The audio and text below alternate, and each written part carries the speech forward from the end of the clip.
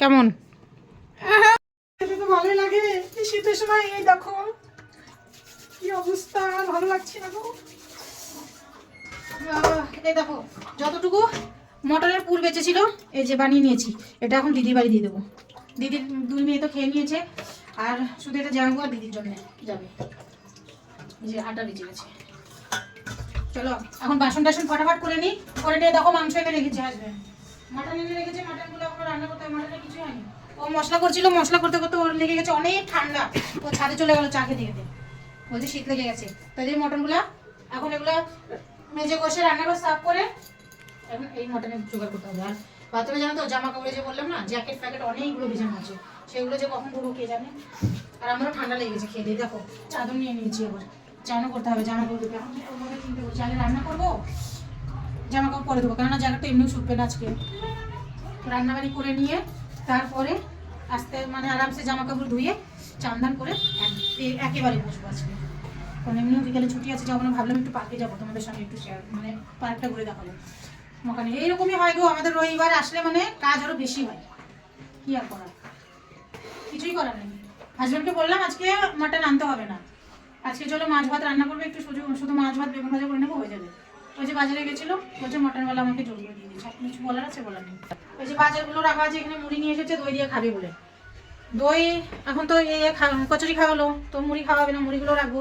এই দেখো আমাদের পাতলুর মাংসটা জল উঠে গেছে, দেখ গলে গেছে, বরফ জমেছিল বাইরে রেখে দিয়েছি অনেকক্ষণ ধরে, সকালবেলা উঠেই বাইরে রেখেছি, কারণ এত জমেছিল ওর মাংসটা সেদ্ধ করতে হবে। আমাদের পাতলু না সরি মোটুর, খালি শুধু পাতলু বলেছে, জানেন না আমাদের পাতলুটা কোথায় গেল, এখন আসছে না।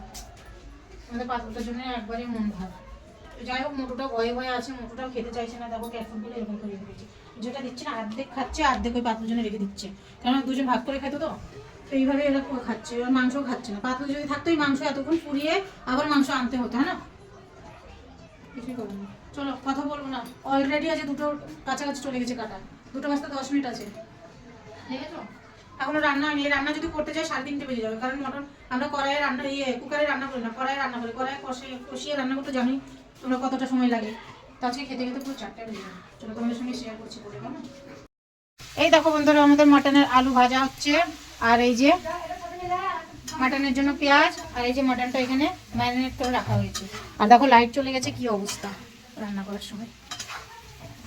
এই যে চার্জার লাইট জ্বালানো আছে, তাও অতটা ভোল্টেজ নেই। তো এই যে আলুগুলো কিন্তু খুব সুন্দর লাল লাল ভাজা হয়ে গেছে, আর কি ভাজছে দেখবে, এই দেখো দেখা যাচ্ছে না, দেখেছো কি?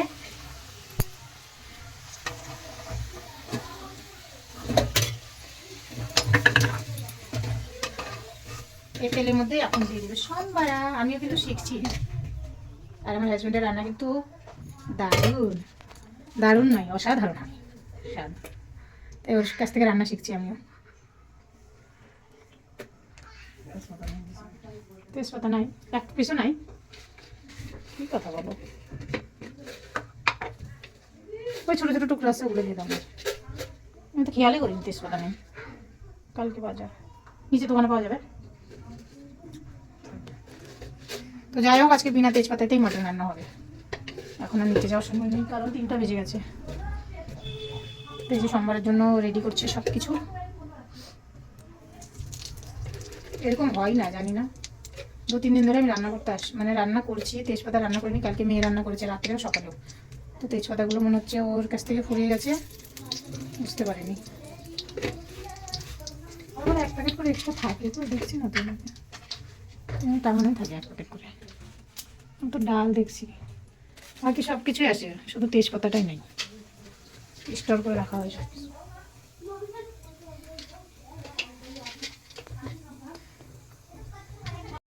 ভাগের মধ্যে ইলাইচি দিয়ে দিয়েছে 3-4টা, ফাটিয়ে দিয়েছে ইলাইচিগুলো, দিয়ে দিল জিরা,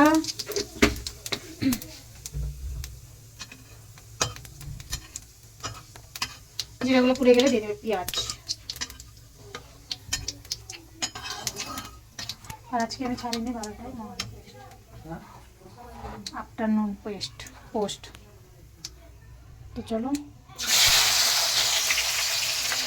দেখো রবিবার স্পেশাল মাটন, এখন আমি মাটন রান্না, আর মাটন রান্নাটা করছে আমার হাজবেন্ড। আর এই দেখো মশলা চলে দিয়েছে, আলু ভাজা হয়ে গেছে, এই যে লাইট নেই অন্ধকার, ওই জন্য মোবাইলের ফ্ল্যাশ জ্বালিয়ে রান্না হচ্ছে। এই দেখো আমাদের মাটন চলে গেল কিন্তু কড়াইয়ের মধ্যে। এই যে পেঁয়াজগুলো এরকম লাল লাল ভাজা হয়ে গেছে, এসে গেছে লাইট। দেখো পেঁয়াজগুলো লালও না, গোলাপি গোলাপি হয়েছে। এই যে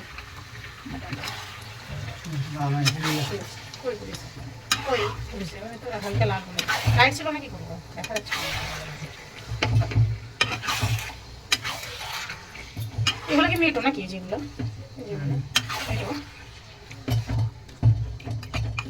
চলো এখন এটা ঢেকে দেবো এখনই।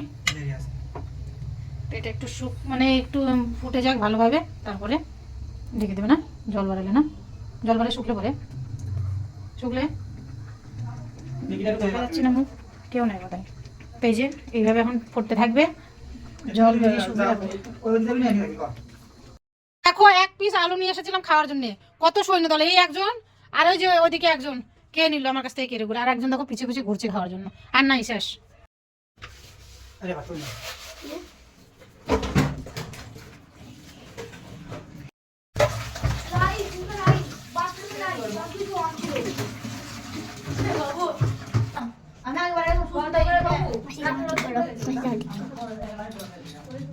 কি অবস্থা, এখানে চলে আসছে ব্লগ করার জন্য। কাপড় চোপড় ধুচ্ছি, এই দেখো কত জামা কাপড়, এই যে কত জামা কাপড়, এই যে বিছানার চাদর, মেশিন খারাপ হয়ে গেছে এখন।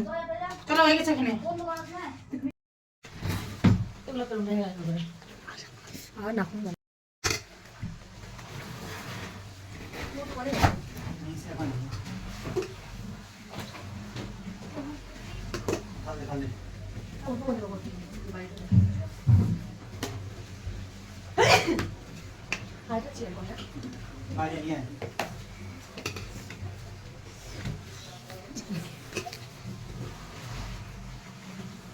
তো এই যে দেখো বন্ধুরা, সবাই খেতে বসে গেছে, আর আমি তো এদিকে জামা কাপড় ধুচ্ছি, আর এদিকে আমার হাজব্যান্ড সবাইকে খেতে দিচ্ছে। কারণ বাচ্চাদের অনেকটা খিদে পেয়ে গেছিলো, কারণ ওই 4:45-4টার মতন বাজে। তো আমি বললাম সবাইকে খেতে দিয়ে দাও, তারপরে আমি জামা কাপড় ধুয়ে আসি, তোমরাও খেয়ে নাও, তারপরে আমি খাবো একবারে স্নান সেরে। তো ও খায়নি, ও শুধু বাচ্চাদেরকে খাইয়ে ও বসেছিল। যে দেখো আমার দেওয়ারও চলে এসেছে এদিকে, ও বসেছিল যে বৌদি তুমি চান করে নাও, তিনজন একসঙ্গে খাবো। তো যাই হোক, এই যে খুব সুন্দর করে কিন্তু খাওয়াচ্ছে। আর আমার পরে দেখো মুখটা কেমন লাগছে ওখানে কেটে গিয়ে, ভাগ্যিস চোখটা বেঁচে গেছে একটুর জন্য। তো দেখো কি সুন্দর করে কিন্তু সবাইকে পরিবেশন করে দিচ্ছে। আর রবিবার হলে না আমাদের কাজটা অনেকই বেশি হয়ে যায়, জানি না কেমন করে। মনে করি রবিবারে দুজন মিলে ছুটি করলাম, একটু আরাম করব, কোথাও যাব। তো দেখো কাজকর্ম সারতে সারতে, খাওয়াতে ধোয়াতে, রান্না করতে সব ওই যে পুরো বেলা চলে গেলো। এমনি ছোটো দিনের বেলা দেখতে দেখতে চলে যায়। তো কোথাও আর যাওয়া হলো না। আরও বলকি চান করতে করতে সেই 4:30 পৌনে 5টায় বেজে গেলো, 5টায় বেজে গেছিলো। তো যাই হোক, এখন আর কী করার বলো, এই ছোটো দিনের বেলায় এরকমভাবেই চলতে থাকবে। আর আমার বরের মতো কে কে কাজ করে তোমাদের বাড়িতে অবশ্যই কিন্তু জানাবে, ঠিক আছে? তো অনেকেই নিজেকে ভাগ্যবতী মনে করি। দেখো সত্যি কী সুন্দর। আর আমার নামটাও কিন্তু ভাগ্যবতীই ছিল, বিয়ের পরে ভারতী হয়েছে। তো যাই হোক, এই জন্যই বলে কপাল, সবই কপাল। তো দেখো পুরো কাজকর্ম সারতে সারতে আর খেতে খেতে 6:30 বেজে গেছিলো। দেখো আমি বাথরুমে আছি, এখনও পর্যন্ত চান হয়নি। জামা কাপড় ধুয়ে আমার বরকে ডাকছিলাম যে জ্যাকেটগুলো একটু ধরো, চিপে দিই। তো এদিকে ভিজে ছিল জন্য বলছে পরে আসছি, তুমি যতক্ষণ করো। আমি এই যে জ্যাকেটগুলো এগুলো এরকমভাবেই বাইরে রেখে দিলাম, আর বাকি জামা কাপড়গুলো আমি ধুয়ে নিই। তারপরে এই যে এইভাবেই চলতে থাকে, জানো তো। কোনো দিন আর আরাম আর শান্তি পেলাম না। আর ও বিচারেরও খিদা পেয়ে গেছে, সবারই কিন্তু খিদে পেয়ে গেছিলো, আমারও কিন্তু বিশাল খিদে পেয়েছিল। এই দেখো বন্ধুরা, আমরা খেতে বসে গেছি। সঙ্গে আছে দেখো চটচটি, আর এই যে মাটন আর পেঁয়াজ।